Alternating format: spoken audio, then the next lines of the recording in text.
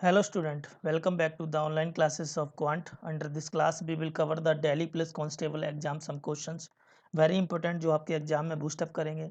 तो स्टार्ट करते हैं। फर्स्ट क्वेश्चन जो आपका दिया हुआ है, A can do a piece of work in 40 days, B can do in 50 days, they work together for 5 days. Okay, first question की अगर हम बात करें, in first question A can do a piece of work in 40 days, B can do the same work in 50 days. अगर ये दोनों एक साथ अगर काम करेंगे, जैसे सपोज कुछ समय के लिए मान लेते हैं 200 यूनिट का वर्क आपका बनना है, कितना एलसीएम कितना आएगा, 200 यूनिट का वर्क है। अगर 40 दिन में ख़त्म करना है तो ये 5 यूनिट का वर्क एक दिन करेगा, ये 4 यूनिट का वर्क एक दिन करेगा। इसका मतलब ये इनकी एफिशिएंसी मिल गई। तो वन डे में अगर ये दोनों एक साथ काम करेंगे तो कितना वर्क हो गया, 9 यूनिट का वर्क ये ख़त्म कर दिए। अब ये कह रहा है 5 डेज तो साथ में काम किए, है ना, 5 डेज वर्क टुगेदर। तो 5 डेज का मतलब कितना वर्क खत्म हो गया, वर्क फिनिश कितना हुआ, वर्क फिनिश होगा आपका 9×45, 45 मिनट का तो काम इन्होंने ख़त्म कर दिया। तो रिमेनिंग वर्क कितना रह गया आपका, रिमेनिंग वर्क की अगर बात करें तो आपका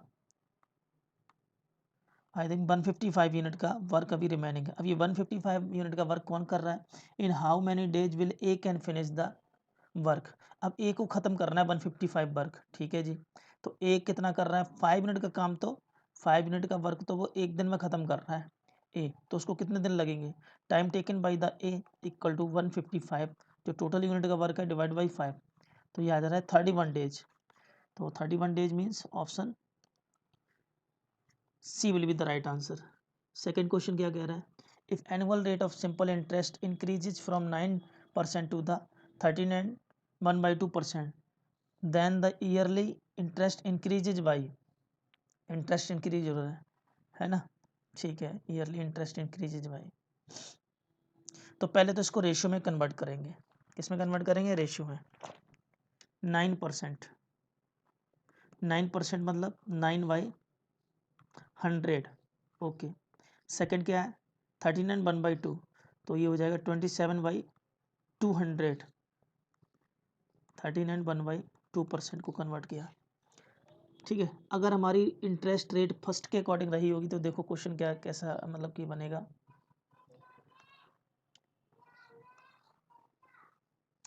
ओके, पहले हमारी 9% रही थी, इसका मतलब अगर आपका प्रिंसिपल 9 रुपीज़ है, प्रिंसिपल आपका 100 रुपीज़ है, प्रिंसिपल आपका 100 और 9 का इंटरेस्ट मिलेगा, तो अमाउंट कितनी बनी, 109। सेकंड में क्या कह रहा है, सेकंड में बोल रहा है प्रिंसिपल अगर आपका 200 है, 27 का इंटरेस्ट मिलेगा, तो अमाउंट कितनी बनेगी, 227। प्रिंसिपल में कोई चेंज आया नहीं हुआ, बट यहाँ पे तो प्रिंसिपल में चेंज है, यहाँ तो प्रिंसिपल में चेंज है। अच्छा, 9 का तो यहाँ पे इंटरेस्ट था, 27 का तो यहाँ पे इंटरेस्ट है, बस प्रिंसिपल में चेंज नहीं होना चाहिए। That means you have to multiply, यहाँ पे आपको कितने का मल्टीप्लाई करना है, 2 का मल्टीप्लाई करना है, यहाँ पे 2 का मल्टीप्लाई करना है, यहाँ पे 2 का मल्टीप्लाई करना है। दैट मीन्स अब आपका जो प्रिंसिपल है यहाँ पे 200 आ गया, यहाँ भी 200 है, प्रिंसिपल में चेंज नहीं होना चाहिए, ठीक है। तो यहाँ भी आपको 2 का मल्टीप्लाई करना पड़ेगा ना। दैट मीन्स इंटरेस्ट यहाँ पे कितना है, 18, यहाँ पे भी आपका कितना है, यहाँ पे 27 है, ठीक है ना। तो अगर देखा जाए आपका इंटरेस्ट 18 से कितना जा रहा है, 27 पे, 18 से इंटरेस्ट गया 27 पे, कितने का चेंज आया, ये चेंज आपका है 9 रुपीज़ का, कितने का है, 9 रुपीज़ का।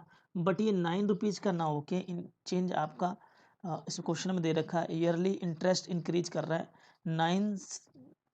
3690 का, तो ये 3690 का इंक्रीज हो रहा है। दैट मीन्स कितने का मल्टीप्लाई मुझे यहाँ करना पड़ेगा कि 3690 हो जाए, तो 9 में 3690 डिवाइडेड बाई 9 का मल्टीप्लाई करेंगे ना, चौको 36 9 9, 410, 410 का मल्टीप्लाई हुआ है। अब ये मल्टीप्लाई ही इंपॉर्टेंट है, आपसे क्या पूछा है, प्रिंसिपल वैल्यू, प्रिंसिपल वैल्यू पूछ रहा है। दैट मीन्स आपको प्रिंसिपल के अंदर भी इसी का मल्टीप्लाई करना है। तो प्रिंसिपल के भी अंदर अगर मैंने यही मल्टीप्लाई किया 410 का, तो आपका कितना हो जाएगा, 2 1 2 2 2 4 8 एंड 000, 82,000 का आपका प्रिंसिपल बन जाएगा। वही मैंने जो रेशियो वाला मेथड सिखाया था आपको, उसी तरीके से इस क्वेश्चन को करना है। That means option 3 will be the right answer. Okay, तो इस क्वेश्चन का तो option 3 will be the right answer हो जाएगा।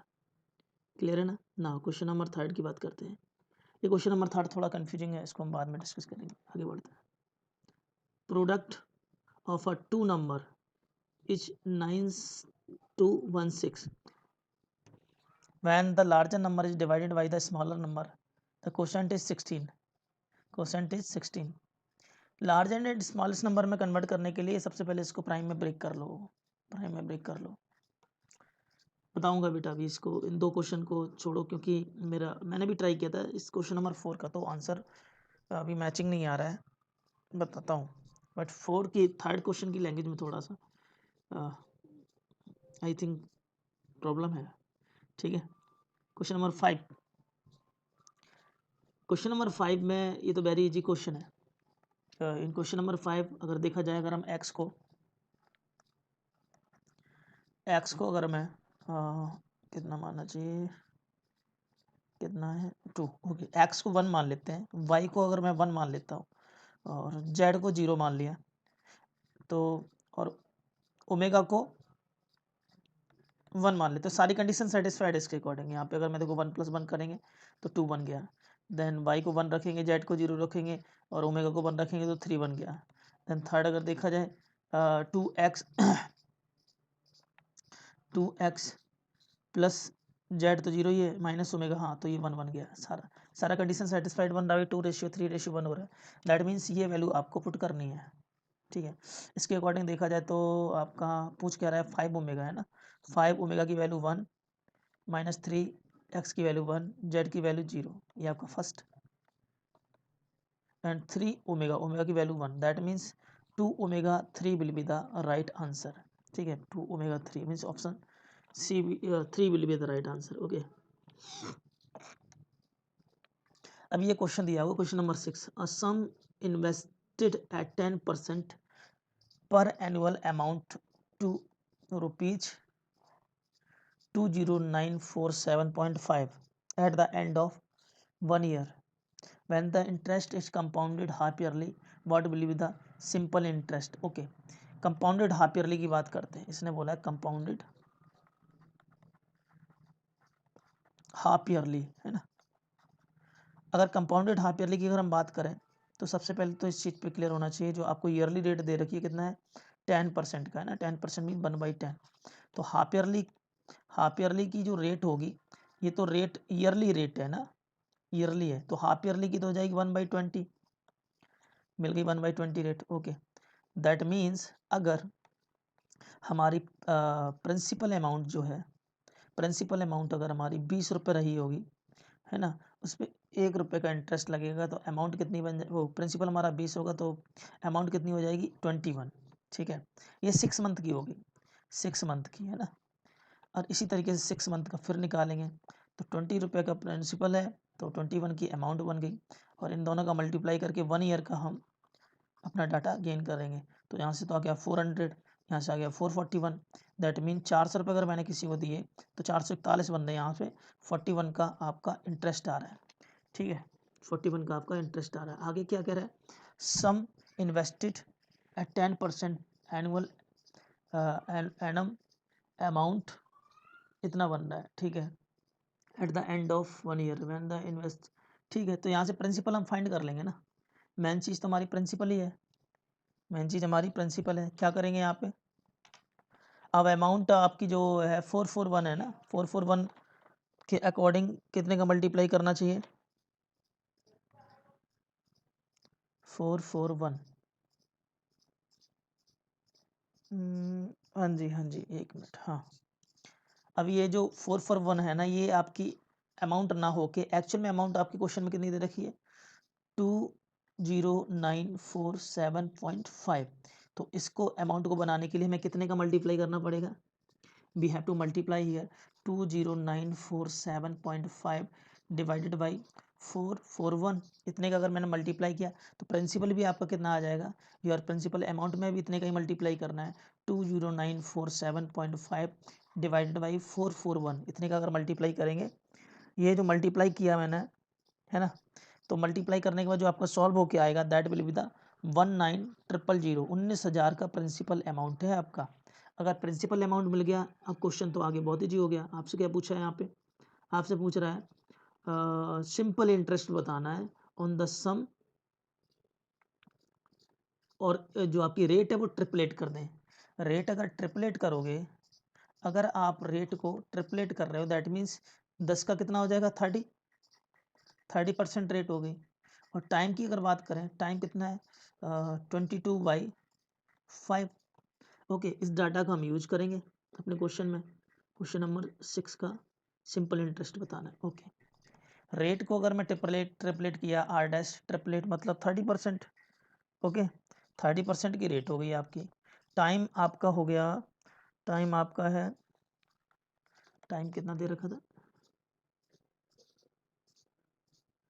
4 and 2/5, तो 22/5। ओके, 22/5 टाइम भी है, रेट भी है, प्रिंसिपल अमाउंट आपने फाइंड कर लिया 19,000। तो सिंपल इंटरेस्ट की अगर बात करें, PRT अपॉन 100 फॉर्मूला लगा देंगे, दैट मीन्स कम्स आउट कितना आएगा, simple interest equal to PRT means 9,000, rate आपकी 30, टाइम आपका 22/5 डिवाइडेड बाई 100, तो 100 से 2 जीरो कट गए, ठीक है, 5 6 का 30, ठीक है, तो ये कितना हो गया, simple interest will be 190 into 132, और इसको अगर हम मल्टीप्लाई करते हैं तो कितना आएगा, 190 इंटू 132, 25 सिंपल 25 कितना आएगा, 25080, इतना आ रहा है 25080। तो कौन सा ऑप्शन है आपका, 25080 means option 3 will be the right answer. Okay, वही है, सिंपल रेशियो का यूज करके मैंने क्वेश्चन को कंप्लीट अप किया ना। आगे क्वेश्चन की बात करते हैं। 2 student A and B are paid a total paid कितना किया ए और बी ने, है ना, 4400 पेड किया, ठीक है, as a prize if A is paid 120। बहुत इजी क्वेश्चन है, तो रेशियो प्रोपोर्शन से ही हम कर लेंगे इसको। क्वेश्चन नंबर 7 की बात करते हैं।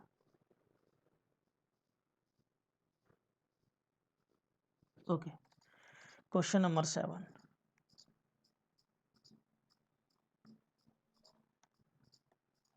7 की अगर हम बात करें, ए एंड बी, एक ए कितना पेड करता है, 120%। अगर 120% की अगर मैं बात करूं, 120% की बात करूं तो कितना है, 12/10, 12/10, और उसको और कट कर सकते हैं, कितना आ जाएगा, 6/5, ठीक है ना, 6/5। इसको मैं इतना कन्वर्ट क्यों करता हूँ, उसकी वजह यही है कि आपका क्वेश्चन इजी हो जाता है इस तरीके से, लेकिन नहीं इजी हो जाता है। A and B, A and B का, ए बाई बी का रेशियो, ए अगर 6 पेड करता है तो बी को 5 करता है, ठीक है, ए 6 है तो बी 5 है, क्लियर। और ए और बी के दोनों को पेड का ऐड किया तो कितना आ रहा है, 11। बट ये 11 ना होकर एक्चुअल में कितने पेड कर रहे हैं, दोनों का सम कितना है, 4400 हो गया ना ये जी। तो कितने का मल्टीप्लाई होगा, 400 का। दैट मीन्स आपसे पूछा क्या है, how much B is paid, बहुत इजी है, ठीक है ना। A is paid 120% of the sum paid to B. Okay, how much is be paid, ठीक है, 400 का मल्टीप्लाई हुआ, दैट मीन्स यहाँ भी 400 का मल्टीप्लाई। बी तो आपका 2000 पे करेगा, ए आपका कितना पे करेगा, 400 का मल्टीप्लाई 2400 पे करेगा। इजी क्वेश्चन था, क्वेश्चन नंबर 7। तो 2000 will be the right answer, ठीक है। डिस्काउंट का इजी क्वेश्चन था ये, mark price, selling price, 3 discount दे रखे, मैंने आपको डिस्काउंट को सॉल्व करने का मतलब ट्रिक बता रखा है ऑलरेडी, अच्छे से बता रखा है कैसे करना है डिस्काउंट के क्वेश्चन को। चलो देखते हैं। डिस्काउंट आपको 3 दे रखे हैं, एक 15% का, 15% मतलब 15/100, 5×15 20 25, मतलब 3/20 आ गया यहाँ से, एक तो मिल गया रेशियो में। देन सेकंड, हर परसेंट को अगर रेशियो में कन्वर्ट कर लो क्वेश्चन ईजी हो जाता है, ये 1/5 होता है। थर्ड कितना है, 18%, 18% को कन्वर्ट करोगे 18/100, दैट मीन्स 9/50, तीसरा आ गया 9/50, तीनों को कन्वर्ट कर लिया। अब तीनों को लिखेंगे हम सिस्टमेटिकली जैसे मैंने आपको बताया हुआ है। Okay, mark price and selling price. पहले की बात करें, अगर मेरा मार्क प्राइस कितना है 20 रुपये, 3 रुपये का डिस्काउंट देंगे तो सेल कितने का किया 17 का। दूसरे की बात करते हैं, मार्क प्राइस अगर 5 रुपये है, 1 रुपये का डिस्काउंट दे कितने के बेचे 4 रुपये में।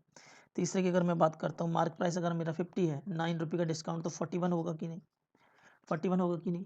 ठीक है, अब वो ये कह रहा है, अब जो आपका equivalent mark price and selling price कितना आएगा, यहाँ से देखा जाए आपका आ जाएगा 500 आ रहा है ना, 500 मार्क प्राइस आ रहा है इक्विवेलेंट।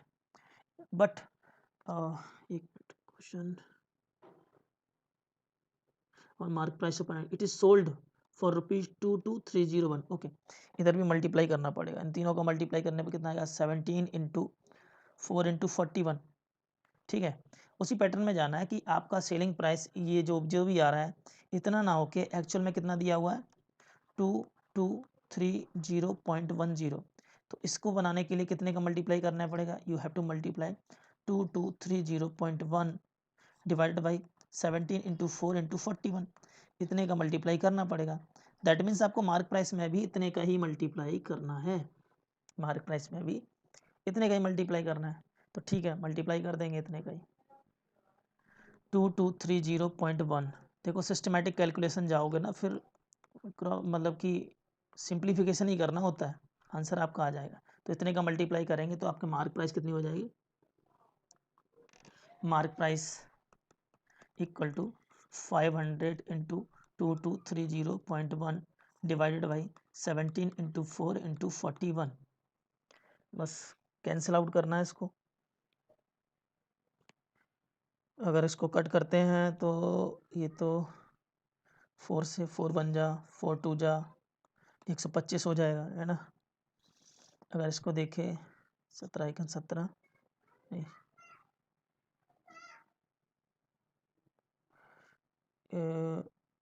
41, 17 तो नहीं, 17 × 17 1223.0.1 divided by 17, I think 2230.1 divided by 17 देखा जाए तो आपका 131 के आसपास जाता है, 131.18 के आसपास जाएगा। डिवाइड बाई 41 है, मल्टीप्लाई है, कैलकुलेशन है आपको करनी पड़ेगी 125 × 131.1 डिवाइडेड बाई 41। तो नियर अबाउट अगर देखा जाए ना, अप्रोक्सीमेट अगर 399.69 के आसपास जा रही है वैल्यू, है ना। तो मार्क प्राइस 400 का जो भी ऑप्शन होगा वही आपका सही होगा। मतलब 400 क्यों, ओह एक जीरो यार कहीं कम हुआ है, 3999 होना चाहिए था। एक मिनट चेक करना आप लोग, इसकी कैलकुलेशन सॉल्व करना है। ठीक है, ये आपका 4000 के आसपास जाएगा इसका आंसर। ठीक है, 4000 ऑप्शन नंबर 8 का जो होगा या 1 होगा, 4000 जाएगा, श्योर है ये वाला। एक बार कैलकुलेशन ट्राई करना, इसी तरीके से करना सिंप्लीफिकेशन का, है ना। पैटर्न मैंने आपको बता रखा है, परसेंटेज को रेशियो में कन्वर्ट करो, इक्विवेलेंट डिस्काउंट निकालो, डिस्काउंट निकालने के बाद सेलिंग प्राइस इतनी ना हो कि इतनी दी हुई है तो उसमें इस पर मार्क प्राइस निकाल, कितने का मल्टीप्लाई हुआ भाई, मल्टीप्लाई आपकी मार्क प्राइस में होगा। ओके, क्वेश्चन नंबर 9 की बात करते हैं। क्वेश्चन नंबर 9, इन क्वेश्चन नंबर 9 क्या पूछा है आपसे, जस्ट वेट एक मिनट,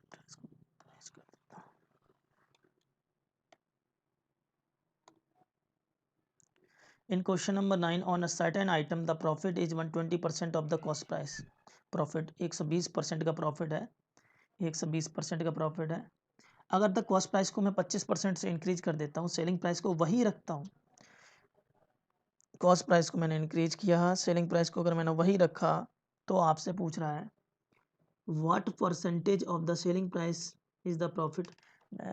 देखो इजी क्वेश्चन है कि profit on a certain amount the profit is 120%। तो 120% को अगर मैं रेशियो में कन्वर्ट करूँ तो 12/10 हो जाएगा, है ना। 2 6 जा 2 5 जा, कहने का मतलब 6/5 लिखा हुआ है। अगर आपकी कॉस्ट प्राइस 5 रुपये रही है और 6 रुपये का प्रॉफिट है तो सेलिंग प्राइस कितनी होगी 6 की।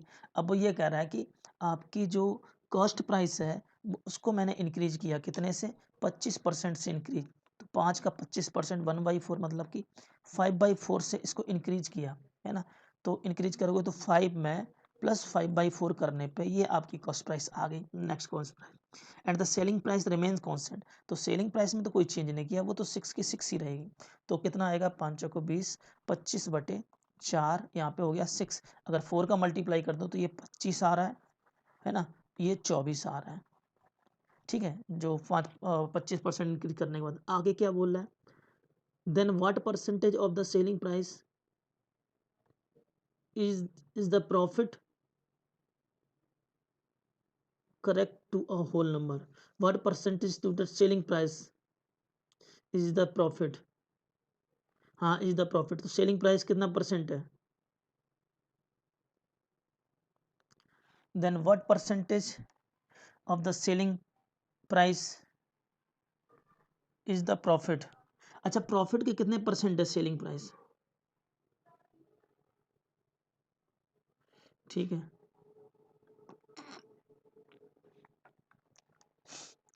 प्रॉफिट यहाँ पे तो कितने का हो रहा है, 1 का हो रहा है, 1 का प्रॉफिट हो रहा है। सेलिंग प्राइस कितना परसेंटेज है प्रॉफिट के, तो सेलिंग प्राइस 24,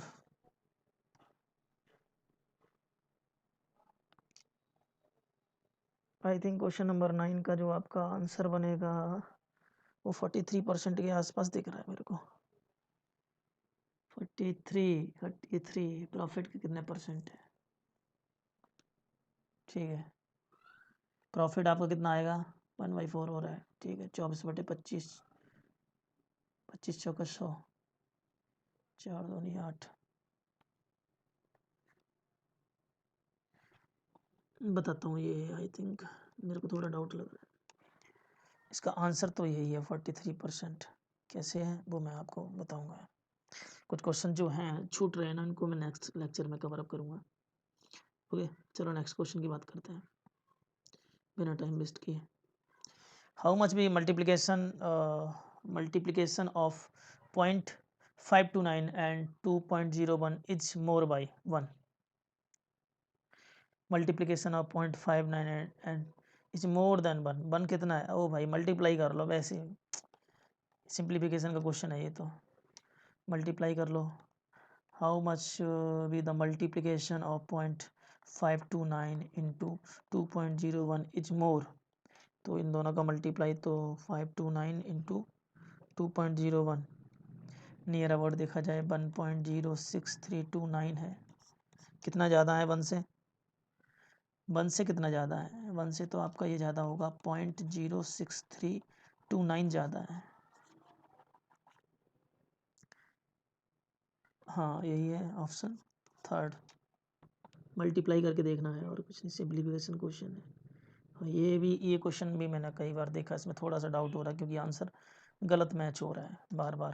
अगर देखा जाए, अगर रेक्टेंगल है, इसके किसी कॉर्नर पे अगर कोई गाय टाई है, बंधी हुई है ना, उस इसकी रेक्टेंगल की रेडी वन साइड 25 है, ये 14 है, ये 14 है, ये 14 है, तो कवर अप तो जिस हिसाब से कर रही है उस हिसाब से आंसर गलत बन रहा है। इसका तो आंसर गलत बन रहा है, इसमें मतलब ऑप्शन में मैच नहीं कर रहे हैं, इसी बेस पे करना है। Average monthly salary of 5 friends is ₹6200, से वो 62,000। ये भी इजी क्वेश्चन है कि 5 स्टूडेंट हैं, उसमें से एक सुरेंद्र है, ठीक है।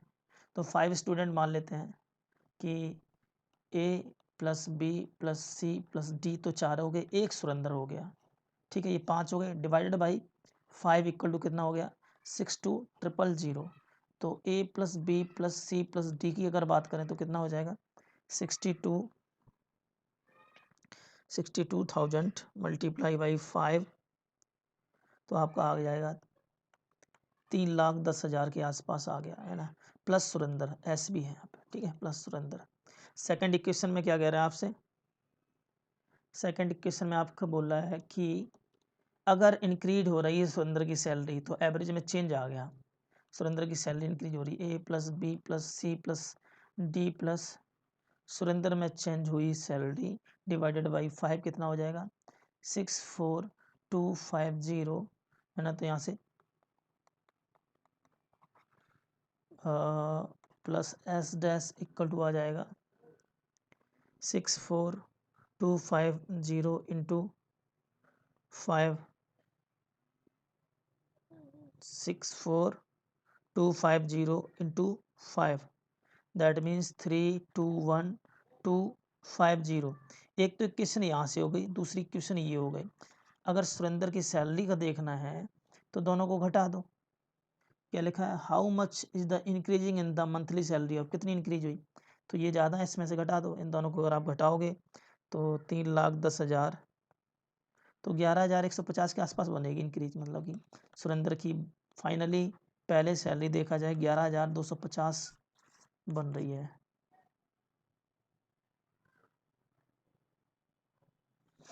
$11,250। ओके, आगे बढ़ते हैं।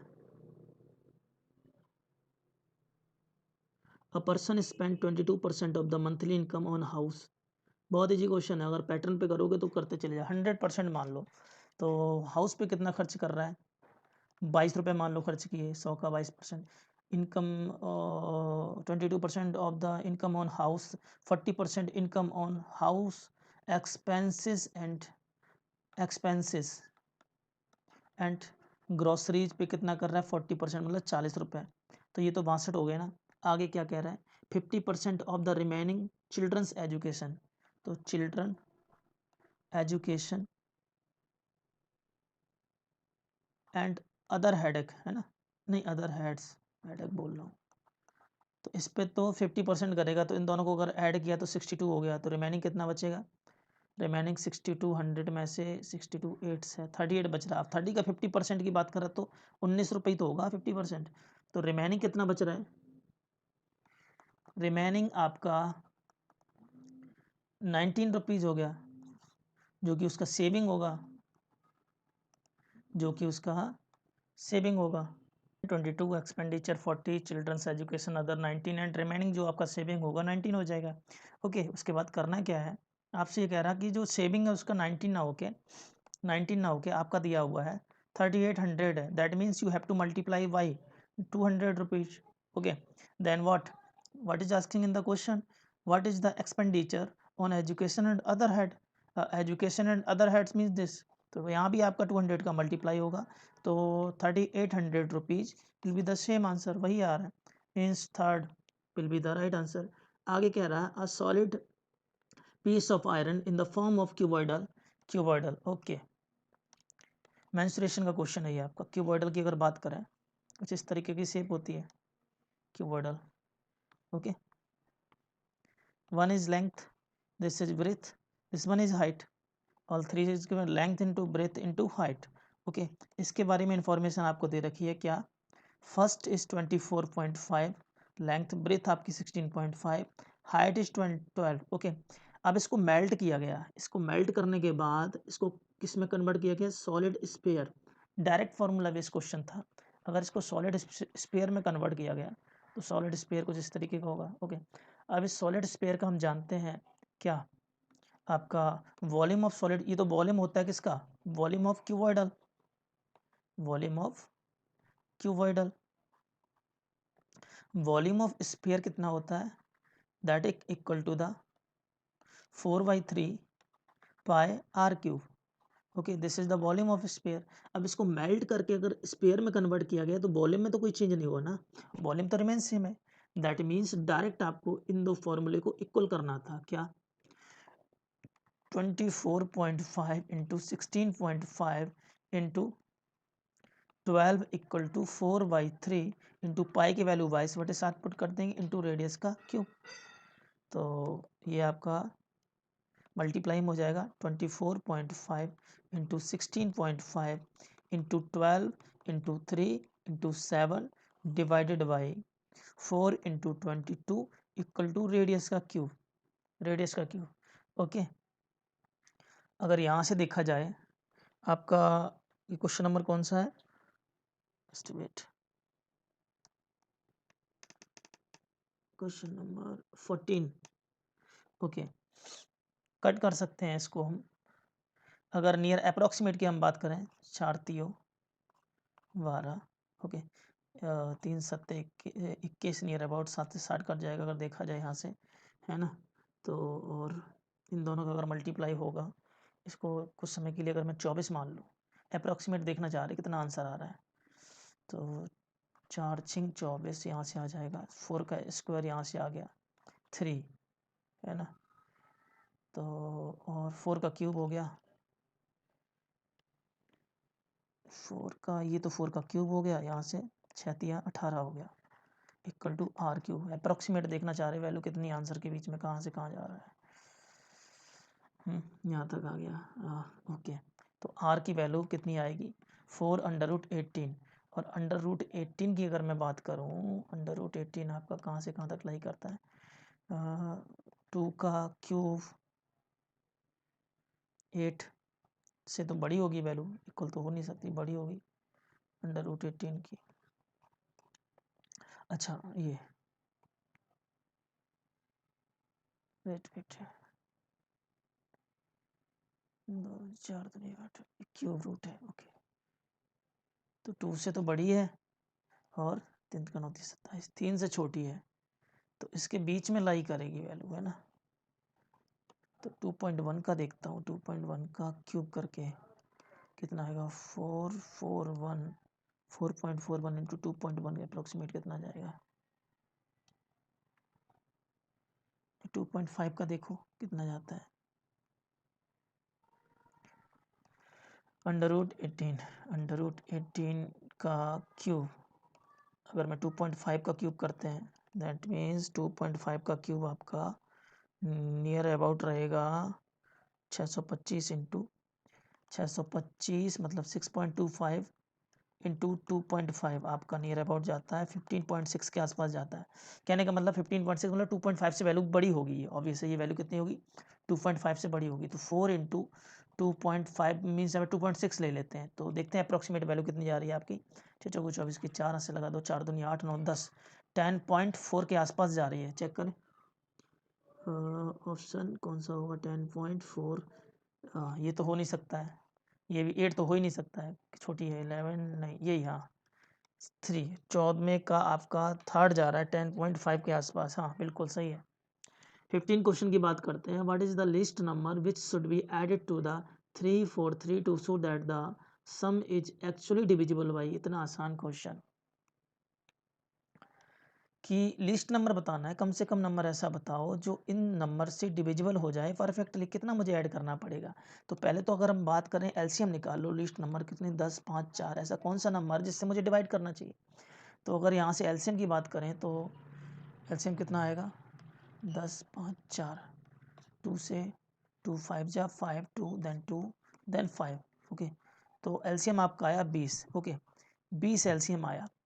और मैंने आपको बता रखा है 20 का डिविजिबिलिटी रूल क्या होता है, लास्ट का डिजिट क्या होना चाहिए, लास्ट डिजिट शुड बी 0 होना चाहिए। 20 का डिविजिबिलिटी रूल यही है।